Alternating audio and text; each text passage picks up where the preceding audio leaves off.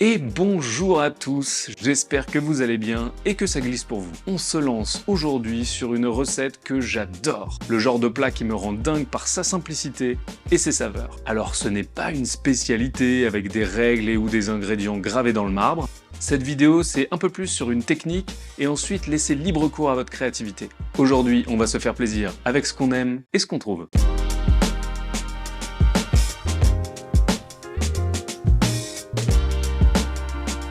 Et oui, le carpaccio de poisson. Il existe des milliers de manières de le faire, et ça c'est génial. On peut imaginer des recettes ultra fraîches qui vont nous faire beaucoup de bien au printemps, en été, à l'automne, en hiver. Oui bah tout le temps en fait.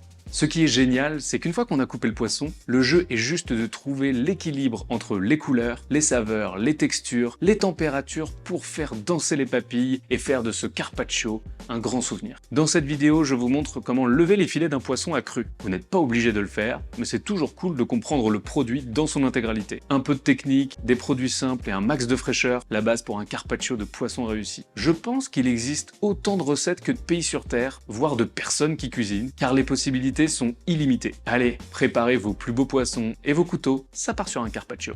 Et on attaque directement avec la sauce. Et aujourd'hui, je vous propose de faire une sauce ponzu. C'est un magnifique assaisonnement japonais avec pour base les agrumes et la sauce soja. Pour utiliser un max des agrumes, je vous conseille de les ester. Ça va donner de la texture et du goût à notre ponzu. Pour les agrumes, j'ai choisi citron jaune et citron vert, mais faites-vous plaisir avec des pamplemousses ou du yuzu par exemple. Une fois qu'on a fini de prélever les zestes et toujours dans l'idée d'utiliser un max des agrumes, on va pouvoir découper quelques suprêmes qu'on va ajouter à notre carpaccio. C'est un peu d'entraînement mais vous allez voir, c'est très simple. On retire la peau jusqu'à la membrane en faisant des mouvements précis avec son couteau. Le but c'est d'avoir un minimum de blanc tout en gardant un maximum de chair. On dépose le citron au centre de sa main et on fait 2 incisions en suivant la membrane de chacun des quartiers. Et voilà, un magnifique suprême. Il va vous rester tout le petit squelette du citron. On le dépose dans un presse-agrumes et on récupère le jus restant. Eh oui, je vous avais dit qu'on utilisait tout aujourd'hui dans le citron. Pour le citron vert, même combat, même si vous allez voir, la peau est un peu plus fine. Le but, c'est vraiment de longer la courbe du citron avec le couteau.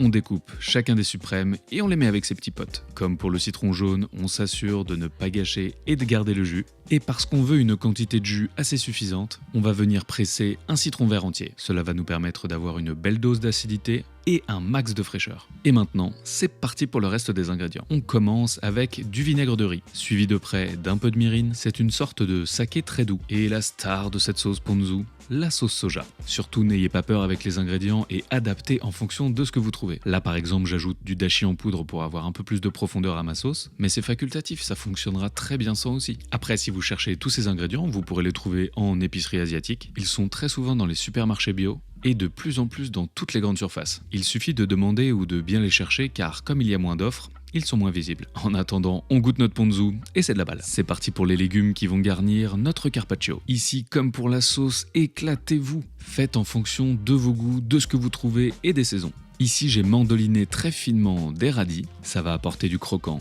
et ça c'est cool. Comme j'adore les piments, j'ai ajouté des jalapenos. Mais si vous n'aimez pas le piquant ou que vous trouvez pas de piment, eh bien on met autre chose, des poivrons par exemple. J'ajoute ensuite un de mes légumes préférés, le fenouil. Et surtout, il faut qu'il soit très fin. C'est l'heure de se mettre sur le dos, enfin les filets, de notre poisson. On commence par choisir le poisson le plus frais possible. Demandez conseil à votre poissonnier, c'est le mieux placé. Moi je lui ai demandé une dorade déjà écaillée et évidée. On va prélever le premier filet. Avec un couteau bien aiguisé, on part de la nageoire vers la tête. On retourne le poisson et on fait la même chose de l'autre côté. Il ne reste plus qu'à détacher la tête et on va pouvoir s'attaquer au reste. Vous allez mettre le poisson ventre vers vous, appuyez sur le filet avec votre main opposée et on longe la colonne avec un couteau d'une seule traite. L'idée c'est d'éviter de faire des mouvements de scie pour avoir une chair le plus nette possible. Deuxième objectif, bien longer les arêtes pour laisser le moins de chair possible. On répète l'opération du côté du ventre et hop, le filet vient tout seul. Puis on retourne le poisson pour lever le deuxième filet. Comme dans toute discipline, c'est de l'entraînement. Plus vous le ferez, plus vous serez à l'aise et plus votre geste sera sûr. Avec pour objectif final de laisser le moins de chair possible. Mais attention, ce n'est pas fini. Nous allons retirer les petites arêtes sur la partie ventrale. On vient passer la lame du couteau en dessous et on découpe. Et en parlant d'arêtes, c'est l'heure de s'occuper de celles qui restent. Je vous conseille de vous munir d'une pince prévue à cet effet. On commence par pincer très fort l'arête, on maintient le filet pour éviter d'arracher les chairs et on tire délicatement. Ça peut paraître fastidieux mais ne vous en faites pas,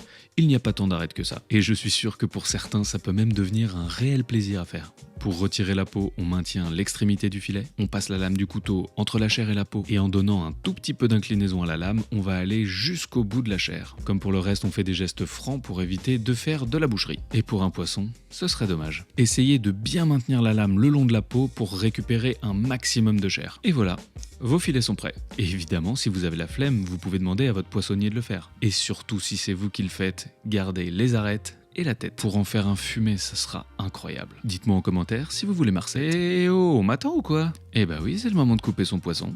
Vous pouvez le faire de plein de manières, mais comme les filets de la dorade sont assez fins, je vais faire des tranches en biseau pour gagner un peu de surface. Vous allez avoir un peu l'impression que je me répète, mais ce qui est important, c'est de tirer la lame du couteau vers soi en un seul mouvement. On ne veut pas scier la chair. Avec un mouvement précis et franc, cela permet d'avoir des belles tranches comme celle-ci. Non mais regardez-moi cette chair et cette couleur, c'est vraiment magnifique. J'en profite pour vous dire que l'idéal c'est de trancher le poisson à la dernière minute, sinon il risque de sécher et c'est pas cool. Et bah alors, croyez-le ou non, mais c'est déjà l'heure du dressage. Le temps passe vite quand on est bien accompagné, non ? Moi j'adore le faire en version à partager dans une grande assiette, mais vous pouvez le dresser sur des assiettes individuelles. On commence par un déluge de sauce ponzu. Alors il faut pas que ce soit une piscine non plus, mais juste assez pour bien imprégner le poisson. On dépose quelques suprêmes de citron jaune et citron vert. C'est l'heure de déposer nos légumes. L'idée c'est de créer un peu de volume pour que ce soit encore plus appétissant. Donc on ajoute la chiffonnade de fenouil, les petites rondelles de radis et celles de jalapenos. Toujours en cherchant un peu de volume. Un joli trait d'huile d'olive parce qu'on adore ça. En plus d'être délicieuse, elle va venir perler dans la sauce ponzu, ça sera très très beau. C'est le moment d'assaisonner notre carpaccio avec de la fleur de sel, du poivre noir fraîchement moulu et évidemment du piment d'Espelette. J'adore le piment d'Espelette. Et oui, en plus de venir donner un petit kick, ça va colorer tout ça. C'est magnifique. Chez mon primeur, j'ai des fleurs comestibles, donc j'ai rajouté des petites oxalis. Mais quelques herbes fraîches feront parfaitement l'affaire. Et voilà, je vous présente votre carpaccio de dorade royale. C'est super coloré, c'est très aromatique, ultra frais, bien fondant avec un peu de croquant, assez doux mais bien relevé avec le citron et le piment. Bref, c'est le plat idéal pour un maximum de plaisir. Alors, ça vous donne pas envie d'être sur une plage avec un petit verre de vin bien frais à l'ombre des arbres? Eh ben moi de ouf. J'espère que cette vidéo vous a plu. Si c'est le cas, explosez-moi le bouton j'aime et dites-moi ce que vous en avez pensé en commentaire. N'oubliez pas de vous abonner et d'activer la cloche pour découvrir directement les prochaines recettes. A très vite pour de nouvelles aventures. C'était Hugo. Vous êtes toujours sur Woogies. Bon appétit. Ciao.